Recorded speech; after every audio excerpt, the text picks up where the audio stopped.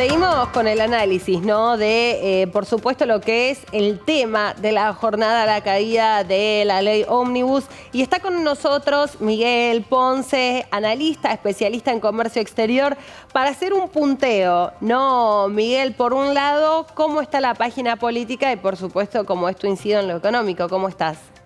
Correcto, qué alegría estar contigo, Rosario. Y bueno, Rocío, perdón. Y me parece que acá hay un tema que tenemos que, yo decía, no hay dos sin tres, decía en un reportaje hace un rato.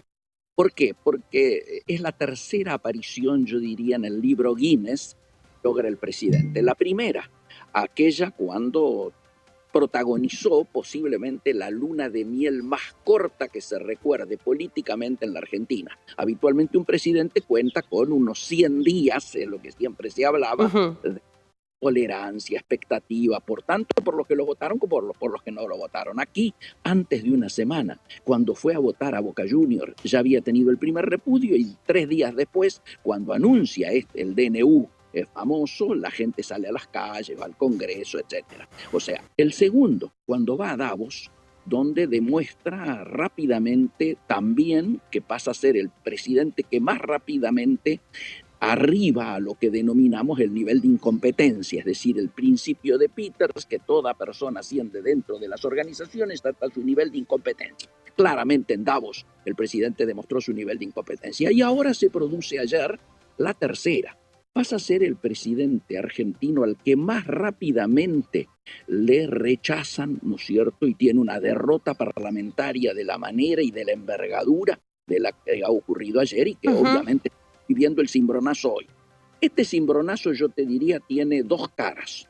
Una cara política que ha ocurrido y acaba de trascender en estas horas, que objetivamente me genera vergüenza en términos internacionales. A ver. El presidente en el exterior, concretamente en Israel, en la mañana de hoy, realiza una catarsis ante empresarios del sector privado, lógicamente de Israel y de empresas internacionales, tratando de delincuentes a los parlamentarios argentinos y a los gobernadores.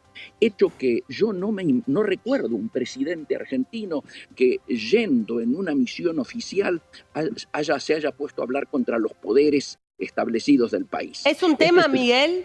Es un tema si se tiene que pensar que es con los mismos que va a tener que negociar, ¿no? Por lo menos hasta las elecciones, ¿no? El cambio de la mitad de las cámaras en 2 años. Entonces, en ese contexto, igual se entiende que es una jornada donde todavía está la cosa caldeada. Caliente. Sí, Exacto. Totalmente. Rocío, y por eso es tan importante lo que ha empezado a ocurrir desde muy temprano, algo que todos sospechábamos que iba a ocurrir en los mercados. Todos los dólares han subido, casi todos los dólares financieros han subido en la plaza. El riesgo país se está acercando rápidamente nuevamente al temido 2.000 puntos. Todos los bonos argentinos en el exterior, particularmente los bonos en dólares, han caído fuertemente entre un 5 y un 6%. Las acciones, los papeles de las empresas argentinas, incluidas empresas que venían sin caer desde hace mucho tiempo como las energéticas, también han caído entre un 3 y un 5%. Los bancos argentinos que también hace rato venían sin caer, los papeles de los bancos han caído. ¿Y por qué?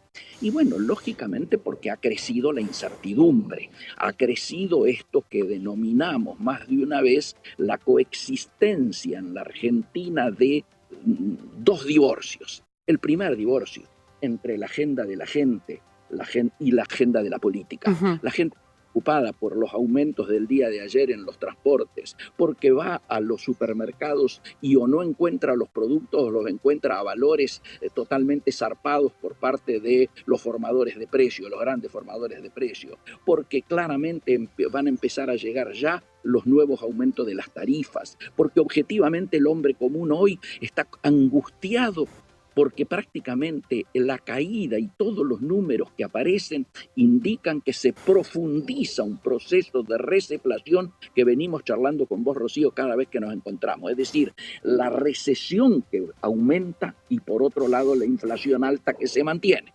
Y por otro lado, también vemos que esta vez, a diferencia de lo que estábamos analizando contigo, que el otro divorcio entre los mercados y la economía real, esta vez parece que empieza a coincidir, porque los mercados muy tranquilos, dando por sentado que la aprobación de estas reformas planteadas tan profundamente en el proyecto de la ley Ómnibus, que se llamaba y que ahora es la ley, diríamos, Fiat o ley monopatín, como quiera, por cómo había que llegado desflecada, ¿no es cierto? Me parece que esta vez, en el día de hoy, hay una coincidencia entre la economía real preocupante, por supuesto, y la economía de los mercados.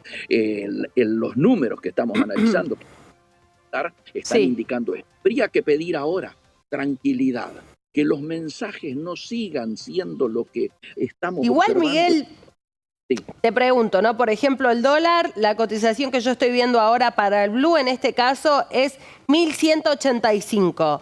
No pareciera un aumento tan importante por la magnitud del cimbronazo que puede ser para el gobierno. Entonces, digo, ahí tal vez para mí tiene más sentido esto que vos decís de tal vez un divorcio que entienden. Tal vez me pregunto, ¿no? Hoy nos decía un analista del mercado, es más pragmático. Entienden que de todos modos vamos hacia un lugar que no se va a poder evitar en cuanto a las reformas, solo como que termina siendo de todos modos una cuestión de tiempo, más allá de una debilidad política, si se podría decir así lo que sucedió en la jornada de ayer. Es correcto esto que decís, Rocío, y miremos cómo han reaccionado las organizaciones empresariales que estaban muy confiadas particularmente en que avanzara esta ley por dos elementos centrales: reforma laboral y reforma impositiva. Al ver ahora que no pareciera que esto fuese a tener alguna resolución rápida. De hecho, se está hablando que el presidente habría dicho de que va a insistir el año que viene con las reformas posiblemente. El año que viene estamos hablando del 2025, no de este año, ¿no es cierto? Y me parece que esa reacción empresarial está indicando algo que también nos preocupa a todos, que es muy posible que hubiesen mantenido precios con cierta tranquilidad en las dos últimas semanas, pensando precisamente en que las reformas podían llegar a venir. Mi preocupación ahora, al crecer la incertidumbre ante estos temas, es que el empresariado puede plantearse rápidamente tratar de mejorar sus rentabilidades en lo inmediato ante el crecimiento de la incertidumbre. Y esto objetivamente va a volver a perjudicar a las pymes y va a volver a perjudicar a los sectores que tienen consumidores que tienen menos capacidad y respuesta de espalda, ¿no es cierto? Menos espalda para resistir. Claro. ¿Qué pensás que puede pasar o qué lectura puede hacer el Fondo Monetario Internacional, ¿no? Como un actor importante de esto que está pasando ahora, entendiendo también todas las señales positivas que envió, ¿no? Para Javier Milei y hablando también, digo, se hizo mención sobre este proyecto de ley bases, entendiéndolo como algo necesario. Igual digo, entre paréntesis, en todos los comunicados que hoy incluso repasábamos del PRO, de Juntos por el Cambio y de la UCR, Miguel, dijeron, nosotros estamos dispuestos a darle las herramientas al gobierno nacional a pesar de esto que dijo Javier Milei y a pesar del propio comunicado, ¿no? Del oficialismo diciendo, quieren seguir con este sistema empobrecedor, ¿no? Y de corrupción y no están dispuestos a... Ellos dicen, nosotros sí, pero cuidando la forma, sin ir a extremismos, negociando, ¿no? Haciendo política en definitiva. Dos tips. El primero vinculado a lo del fondo, el segundo vinculado a la reacción de la política en la Argentina, como que vos relataste recién.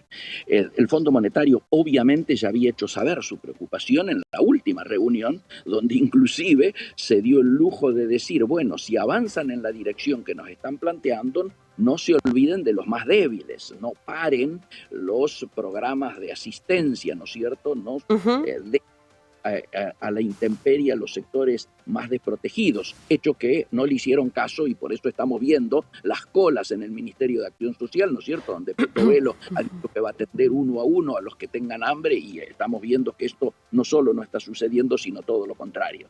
En el otro caso, yo te diría que posiblemente este acontecimiento de ayer actúe como catalizador de reacciones del resto de la política. ¿A qué me refiero? Es muy posible que el PRO defina prácticamente integrarse al gobierno y actuar ya no Juntos como por el amigos. cambio, claro. No creo que Juntos con el Cambio. De hecho, Patricia Bullrich ayer dio por terminado Juntos por el Cambio. Mi Es sensación es verdad. que también va a haber novedades en la Unión Cívica Radical, donde la figura del presidente del bloque de Loredo ha quedado muy desgastada y ha crecido fuertemente la figura de Manes, que tomó una actitud más coincidente posiblemente con el sentir de la militancia. Y por eso, cuando el presidente de la Nación da a conocer hoy el listado, vos si observás el listado de los que votaron a favor, que acompañaron a De Loredo, son una ínfima minoría frente a una gran mayoría del bloque que terminó desoyendo y no haciéndole caso a en la votación. Y esto nos preocupa desde varios puntos de vista. Por un lado, nos parece perfecto el sinceramiento y por otro lado, repudiamos la acción del presidente de efectuar este tipo de denuncias que hacía rato no ocurrían en la política argentina. Miguel, gracias como siempre por el contacto, por tu análisis en jornadas claves, pensando también cómo se van acomodando todos los actores, por supuesto, en